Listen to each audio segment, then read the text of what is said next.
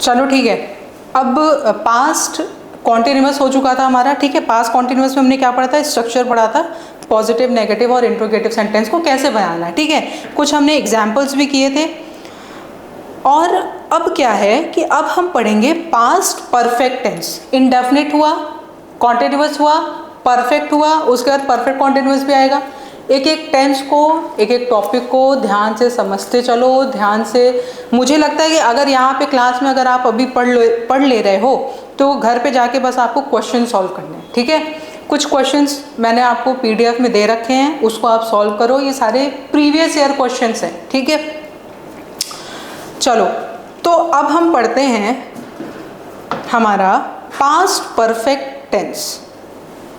Past perfect tense, ठीक है। Online बच्चों, ऑनलाइन वाले बच्चों आप भी ध्यान देना कि जितने भी आपको टेंसेस पढ़ाए जा चुके हैं, टेंस के जितने भी टॉपिक कंप्लीट हो चुके हैं, आप प्रीवियस ईयर क्वेश्चंस को सॉल्व करो। प्रीवियस ईयर क्वेश्चन को सॉल्व करने से क्या होगा कि आपका कॉन्सेप्ट और मजबूत होगा। हर एक टॉपिक को छोटे छोटे फॉर्म में हम यूट्यूब पे इसीलिए डाल रहे हैं ताकि आपका एक एक टॉपिक क्लियर हो सके। क्लियर? चलो, अब चलो पास्ट परफेक्ट टेंस यानी कि पास्ट परफेक्ट यानी दैट इज कंप्लीटेड, जो काम पास्ट में हो चुका है, अब उसका कोई एग्जिस्टेंस नहीं है। क्लियर है बात? तो यानी कि अगर हम पास्ट परफेक्ट टेंस की बात करें तो इसमें आ जाएगा चुका था, चुकी थी, चुके थे। क्लियर? अब यहाँ पर हम ये भी कह सकते हैं लिया था, लिए थे, ली थी, ठीक है। यानी कि मैंने ये काम कर लिया था, मैं ये काम कर चुका था, मैंने ये काम कर लिया था, मैं ये काम कर चुकी थी, वो ये काम कर चुके थे, ठीक है। तो ये सारे क्या हो गए, ये सारे हमारे सेंटेंस जो हो गए वो सारे हो गए पास्ट परफेक्ट के। क्लियर हो गया? चलो, अब इसका जल्दी से क्या करते हैं, स्ट्रक्चर देख लेते हैं कि इसका स्ट्रक्चर क्या होगा। चलो, इसका स्ट्रक्चर है, पहले पॉजिटिव सेंटेंस हम बनाते हैं। तो ये क्या हो गया हमारा स्ट्रक्चर, अगर हम देखें तो पॉजिटिव सेंटेंस अगर हम बना रहे हैं, चूंकि ये परफेक्ट है, पास्ट परफेक्ट है, तो हमने क्या देखो प्रेजेंट का जब हमने परफेक्ट शुरू किया था तो हैज़, हैव का यूज किया था। अब हैव की जो पास्ट फॉर्म होती है वो क्या होती है, हैव की पास्ट फॉर्म होती है हैड। क्लियर? तो हैड प्लस वर्ब की third form plus object. Clear है? तो जो पॉजिटिव सेंटेंस बना वो हमारा बना सब्जेक्ट, हैड, वर्ब की third form and object. Clear है बात? चलो, तो यहां पे होगा ये पॉजिटिव सेंटेंस। कहाँ जा रहे हो बेटा तुम, उठ के चलो इधर बैठो। चलो ठीक है, चलो, तो ये हो गया हमारा सब्जेक्ट, हैड एंड वर्ब की third form and object. Clear है? तो अब अगर हम नेगेटिव बना रहे हैं, देखो पता है मैं लिखने के साथ साथ इतना रिपीट इसीलिए कर रही हूँ ताकि तुम लोग के दिमाग में घुस जाए, ठीक है। तो नेगेटिव अगर बना रहे हैं तो नेगेटिव क्या होगा, तो नेगेटिव होगा subject, had, not, third form and object. Clear है? फॉर्मेशन देखो, स्ट्रक्चर जो भी सेंटेंस है, जो भी टेंस का जो भी आप टॉपिक पढ़ रहे हो, चाहे वो पास्ट, प्रेजेंट, फ्यूचर का पढ़ोगे, फॉर्मेशन बहुत ज़्यादा ज़रूरी है। फॉर्मेशन अभी आपको नहीं समझ में आ रहा है, आपको बोरियत लग रही होगी, लेकिन जब हम डायरेक्ट इनडायरेक्ट बनाने जाते हैं, जब हम एक्टिव पैसिव बनाने जाते हैं, तो उस समय हमें फॉर्मेशन याद रखना बहुत ज़रूरी हो जाता है। क्लियर है? चलो, अब इंट्रोगेटिव की अगर हम बात करें,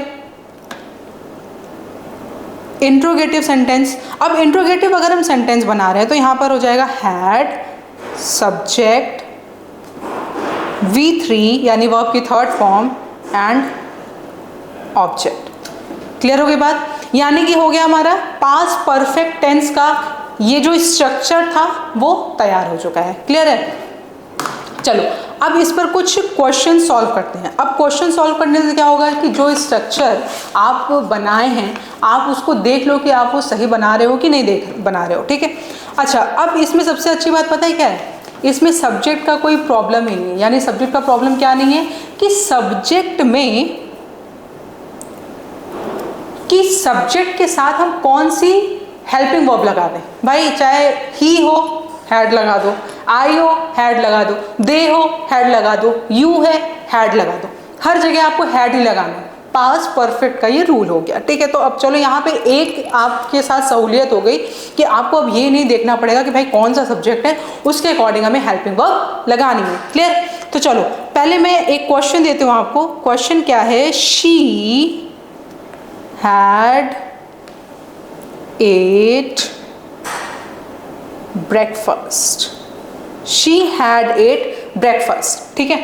अच्छा, राइटिंग पे मत जाना, सीधा सीधा बस कॉन्सेप्ट समझो, ठीक। राइटिंग मेरी वैसे तो बहुत सुंदर है, लेकिन मैं इस पर जो है कि फिसल जाती हूँ। Clear? She had ate breakfast. अब देखो सेंटेंस क्या कह रहा है, हमें पता है कि उसने सेंटेंस हिंदी में अगर मैं इसको कन्वर्ट करूं तो हिंदी में ये कहना ये चाह रहा है कि उसने अपना ब्रेकफास्ट कर लिया था, या वो अपना ब्रेकफास्ट अपना नाश्ता कर चुकी थी, ठीक है। तो अब यहाँ पर क्या होगा, हैड आ गया, पास्ट परफेक्ट की बात हो गई। लेकिन हमें पता है कि बच्चों जब हम वर्ब की फॉर्म्स को देखते हैं तो वर्ब की forms first form, second form, third form, ING form, कोई भी फॉर्म जो भी हो फॉर्म, तो यहाँ पर हैड के साथ क्या आएगा, यहाँ पर हैड के साथ वर्ब की थर्ड फॉर्म आएगी। और ये क्या है, ये तो वर्ब की सेकेंड फॉर्म है कि नहीं? ये वर्ब की क्या है, ये तो सेकेंड फॉर्म है। तो जैसे ईट, एट एंड ईटन, तो यानी यहां पर हैड के साथ क्या यूज होगा, यहां पर हैड के साथ ईटन यूज होगा। She had eaten breakfast. कोई प्रॉब्लम है बताओ? कोई प्रॉब्लम नहीं है। चलो सेकंड क्वेश्चन पे चलते हैं। She had forgot the date. She had forgot the date. अब क्या होगा? अब देखो यहाँ पे वर्ब की जो फॉर्म्स हैं वो याद करना बड़ा ही ज़रूरी हो जाता है, क्योंकि हमें सेकंड और थर्ड फॉर्म में सबसे ज़्यादा कन्फ्यूज़न होती है कि वर्ब की सेकंड फॉर्म क्या है, वर्ब की थर्ड फॉर्म क्या है। फर्स्ट फॉर्म वाला जो होता है वो तो आपका वर्ब का बेस फॉर्म ही होता है, तो वो तो उसमें कोई प्रॉब्लम नहीं होती। लेकिन जब हम सेकंड और थर्ड की बात करने जाते हैं तो वहाँ पे हमें कन्फ्यूज़न होती है। तो उसके लिए क्या किया जाए? उसके लिए यही कर सकते हैं कि जितना ज़्यादा प्रैक्टिस करो उतना ज़्यादा अच्छा है, ठीक है। तो अब अगर हम बात करें she had forgot the date, अब बताओ जो इस फॉरगॉट यानी कि यहाँ पे जो मेन वर्ब है वो है फॉरगॉट है, तो इसका जो फर्स्ट फॉर्म होगा वो होगा forget, forgot, and what is the third form? Forgotten. Clear है? फॉरगॉटन। तो she had forgotten the date, ये क्या होगी? ये हमारी वर्ब की थर्ड फॉर्म होगी। तो हैड के साथ क्या यूज होगा? हैड के साथ यूज होगा फॉरगॉटन। नहीं क्लियर हुआ? बताओ कितने लोगों ने इसको सही किया था, कितने लोगों ने गलत किया था? पूरी क्लास हाथ उठा रही है। तुम्हारा सही हुआ था, चलो ठीक है। चलो अब थर्ड क्वेश्चन करते हैं। थर्ड क्वेश्चन क्या है? Had he wash the car. अब देखो हैड आ गया, हैड पहले आ गया, अब सब्जेक्ट क्या है, हेड के बाद आया है, तो इसका मतलब क्या है? ये इंट्रोगेटिव सेंटेंस है। क्या है? इंट्रोगेटिव सेंटेंस है। इसमें जो कुछ क्वेश्चंस में जो प्रैक्टिस के लिए सॉल्व करा रही हूँ कि आपका कॉन्सेप्ट क्लियर हो, जो प्रीवियस ईयर क्वेश्चन है वो हम अलग से सॉल्व कराएंगे, ठीक है। तो अभी ये क्या है, had he wash the car. अब यहाँ पर हमें पता है कि मैम ये है जो ही आ गया है कि वॉश क्या, ये तो बेस फॉर्म है ना, ये क्या है? बेस फॉर्म है। तो अब यहाँ पर हम बेस फॉर्म की तो हमें ज़रूरत नहीं है ना, क्यों? क्योंकि हैड के साथ वर्ब की थर्ड फॉर्म लग रही है। क्या लग रही है? वर्ब की थर्ड फॉर्म। तो हैड के साथ हम क्या यूज़ करेंगे? वर्ब की फर्स्ट फॉर्म नहीं, वर्ब की थर्ड फॉर्म यूज होगी। तो यहाँ पर क्या होगा? वॉज्ड। तो हैड ही वॉज्ड द कार, ठीक है। चलो नेक्स्ट क्वेश्चन, ये क्वेश्चन आप ही लोग सॉल्व करेंगे, मैं नहीं सॉल्व करूंगी। तो अब क्या है? Had he calls his friend. इसको जल्दी से सॉल्व करके बताओ क्या होगा। स्क्रीन पे देखो और सॉल्व करो। Had he calls his friend, जैसे पहले क्वेश्चन दिया था ठीक उसी तरीके से है, किसी का गलत नहीं होना चाहिए।